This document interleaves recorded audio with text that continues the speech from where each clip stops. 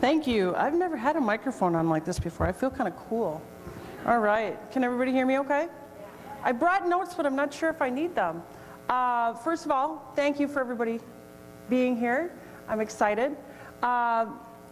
When Bree showed me the lineup for today, I thought, wow, that's a lot of testosterone.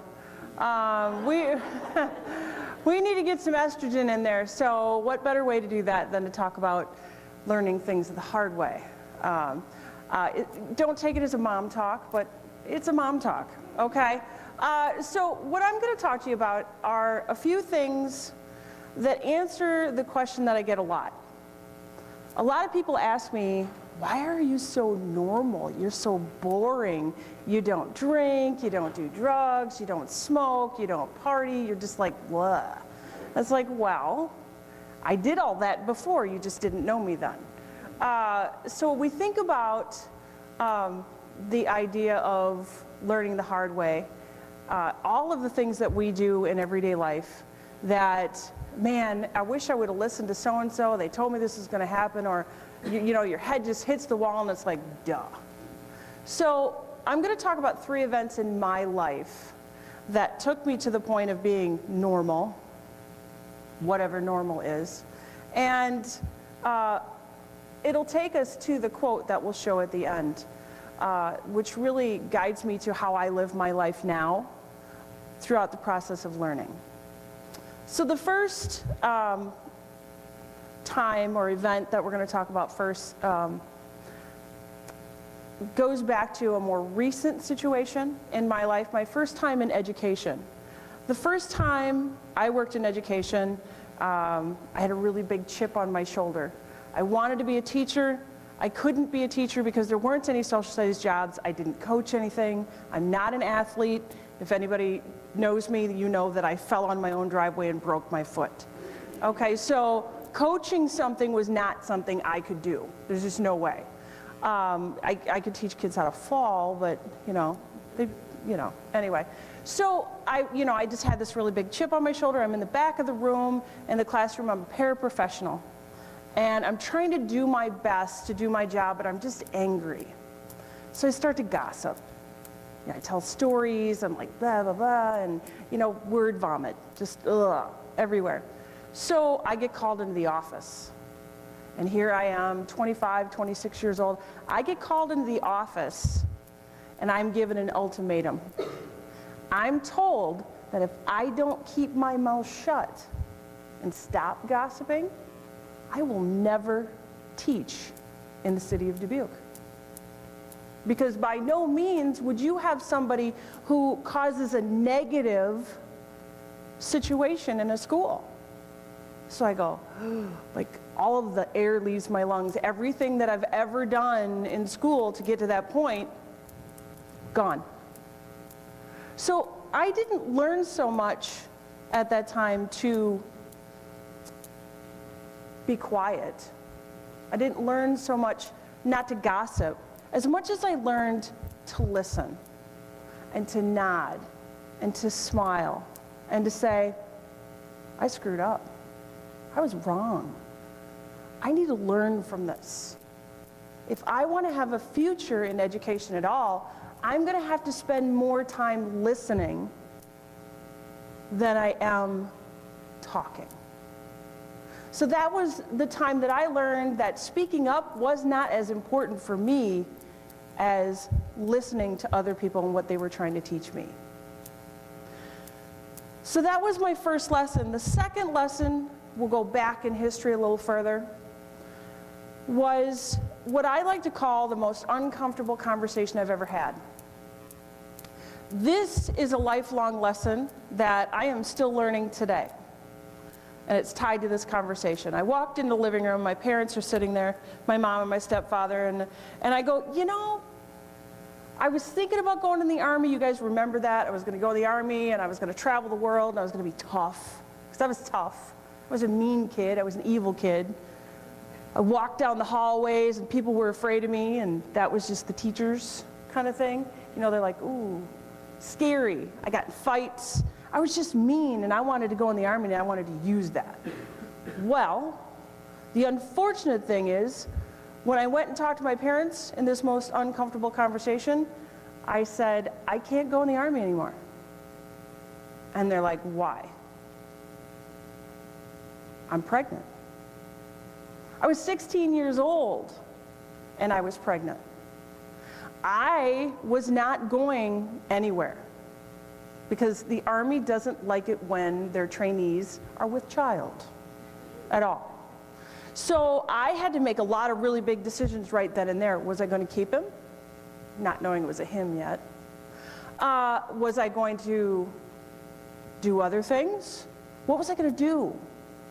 So I had to make this really hard decision, and the big decision was, can I take care of a child? Because I tell you what, I was a mean kid.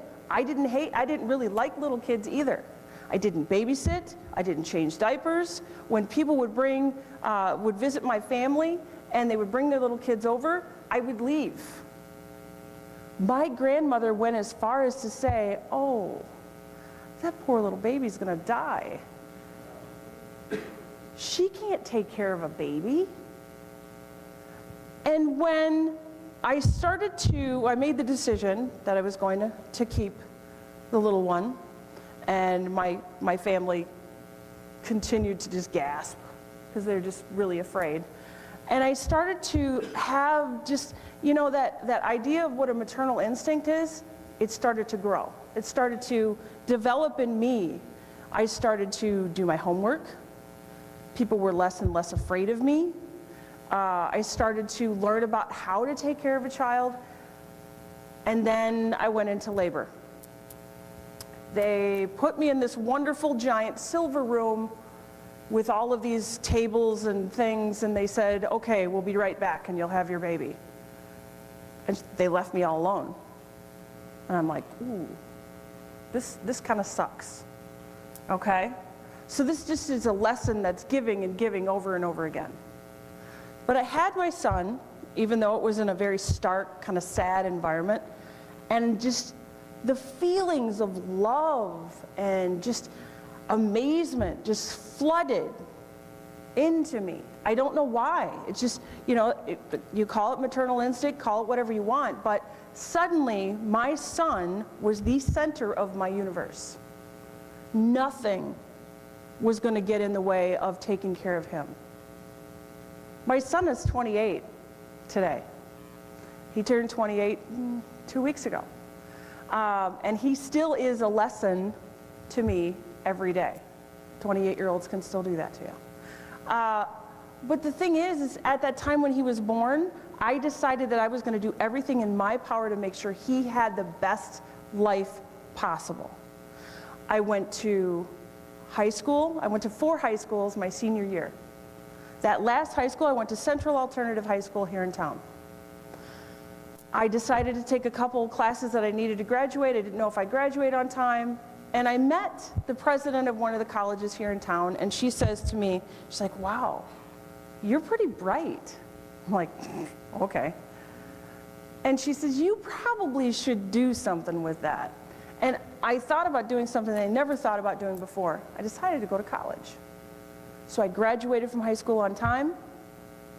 I then registered for classes at Clark in the fall of that year.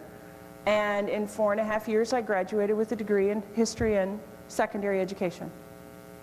So that lifelong lesson I had there taught me not only that I had such great potential when given the reason, but I learned that I could love somebody unconditionally. Because nobody in my family thought that I could. Nobody thought that I had the potential to be a loving human being, and I was. Now, none of this would have been possible if this last event had fruition. Now, I shared this with a few of my students in class today, and it's one that I think actually takes me to the deepest learning.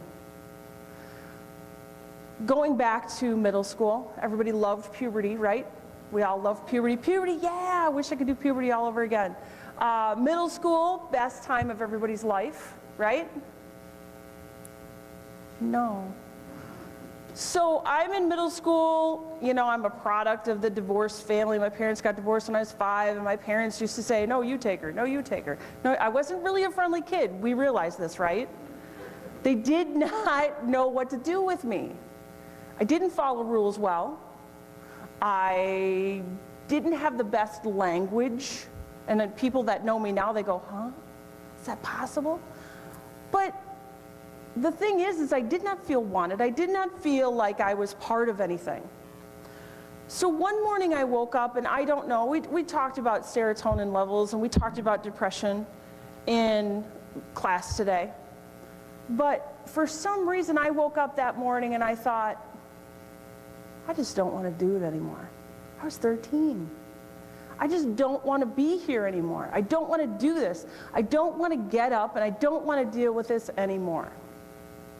So I walked into my mom's bedroom and I said, Mom, I had had migraines ever since I was a little kid. I said, Mom, how many of these can I take in order to get rid of my headache? And she's like, you're going to school. I'm like, I'm going to school. I know I'm going to school. I said, but how many do I take to get rid of my headache? And she said, you take 2. You know that, take 2. So, like I told my students today when I told this story, I proceeded to take all of them.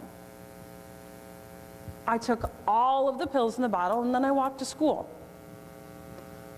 And I walked to school, and I didn't feel really good, obviously. But I was like, it's almost over.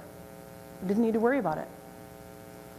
So I got to school, and I'm really feeling sick, and I go to the nurse, and I'm thinking, I'm going to go lay down. I go lay down, I'll go to sleep, everything will be fine.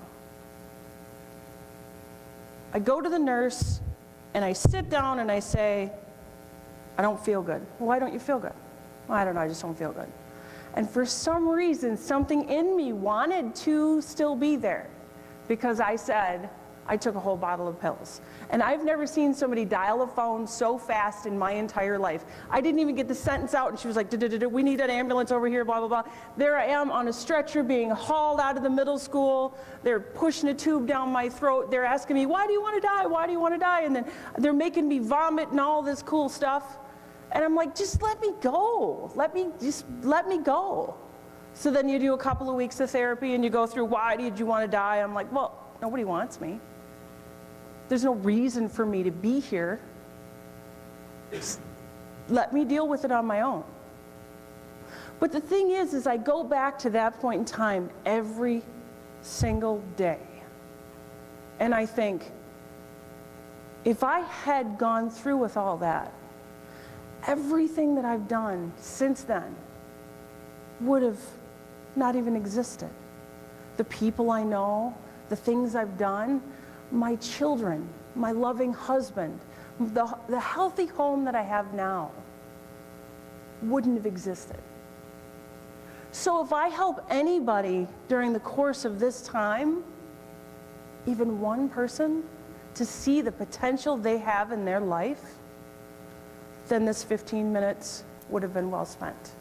Thank you.